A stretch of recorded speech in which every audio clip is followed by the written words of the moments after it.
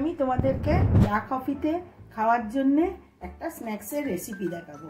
তার জন্যে আমি এক বাটি মতো ছোলার ডাল 5-6 ঘন্টা ভিজিয়ে রেখেছিলাম। আর এই ডালটা কয়েক রসুন আর 1 ইঞ্চি মতো আদা দিয়ে আমি এটাকে পিষে নেব।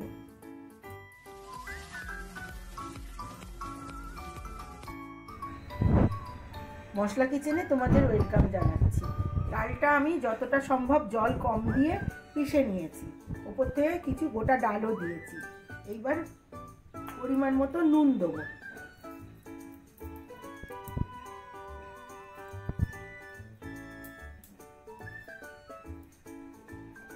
অল্প হলুদ গুঁড়ো,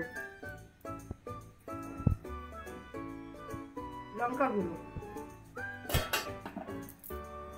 আর দেখো কিছু পেঁয়াজ আর কাঁচা লঙ্কা আমি এইভাবে কুচিয়ে রেখেছি। ঝালটা তোমরা তোমাদের পছন্দ অনুযায়ী দেবে।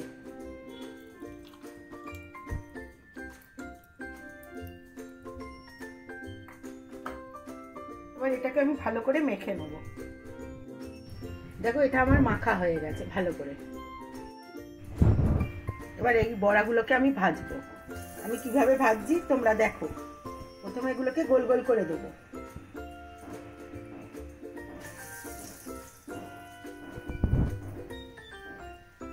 এভাবে করার মধ্যে যতগুলো আসবে আমি ততগুলো দেবো। প্রথমে দেখো বড়াগুলো আমি খুব বেশি ভাজবো না।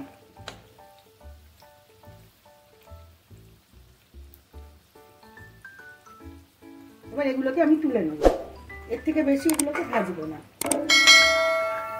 কারণ আমরা ডবল ফ্রাই করব।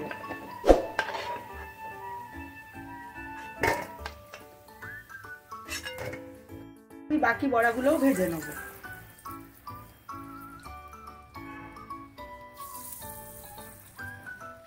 বড়াগুলো যতক্ষণ ভাজা হচ্ছে ততক্ষণ আমি তোমাদেরকে দেখাচ্ছি। দেখো কি করতে হবে। এগুলো হালকা ঠান্ডা হয়ে গেছে। এগুলো একটু হাত দিয়ে এরকম করে চেপে নেব। এইভাবে আমি সব বড়াগুলোকে চেপে নেব। ওই বড়াগুলোকে তুলেও এইভাবে চেপে নেব। এগুলো আমি হাত দিয়ে চেপে এরকম করেছি। যদি হাত দিয়ে না পারো, গরম লাগে, তাহলে তোমরা একটা এরকম গ্লাস নিয়ে সেটা দিয়েও এরকমভাবে চেপে নিতে পারো।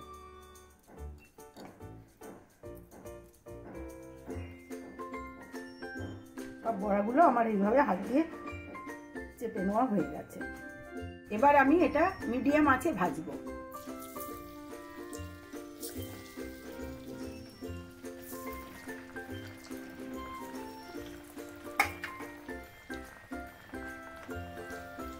এবার আমি এগুলোকে বড়াগুলোকে লাল করে এপিট ওপিট করে ভেজে নেব। পাল্টে বড়াগুলো আমি লাল করে ভেজে নিয়েছি। এবার এগুলোকে আমি তুলে নেব।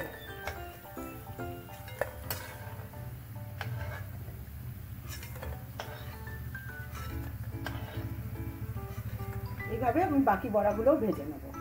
বড়াগুলো আমার সব ভাজা হয়ে গেছে। এটাকে আমি নিভিয়ে দিয়ে ওই তেলে কিছু লঙ্কা ভেজে নিয়েছি। দেখো লঙ্কাগুলো ফাটিয়ে নিয়েছি।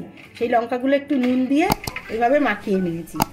আর এখানে আমি একটা চাটনি তৈরি করব। তার জন্য দেখো কুচনো পেঁয়াজ নিয়েছি, অল্প নুন নিয়েছি আর লঙ্কা গুঁড়ো নিয়েছি। এবার এটাকে মাখিয়ে নিলাম।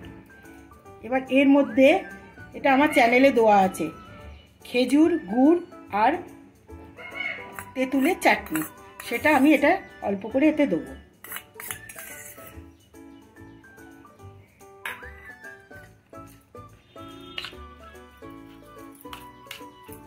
বড়ার সাথে খাওয়ার জন্য এই চাটনিটা তৈরি হয়ে গেল। এরকম বড়া ভাজা, কাঁচা লঙ্কা ভাজা আর পেঁয়াজের চাটনি সন্ধেবেলা চা কফি দারুণভাবে জমে যাবে। আর তোমরা চাইলে এই বড়া দিয়ে ভাতও খেতে পারবে। এই বড়াগুলো খেতে দারুণ লাগে। তোমাদের যদি এই রেসিপিটা ভালো লেগে থাকে তাহলে তোমরা অবশ্যই লাইক করো, এটা বেশি বেশি করে শেয়ার করো। আর যারা এখনও আমার চ্যানেলটাকে সাবস্ক্রাইব করোনি তারা অবশ্যই আমার চ্যানেলটাকে সাবস্ক্রাইব। ভিডিওটা দেখার জন্য তোমাদেরকে ধন্যবাদ।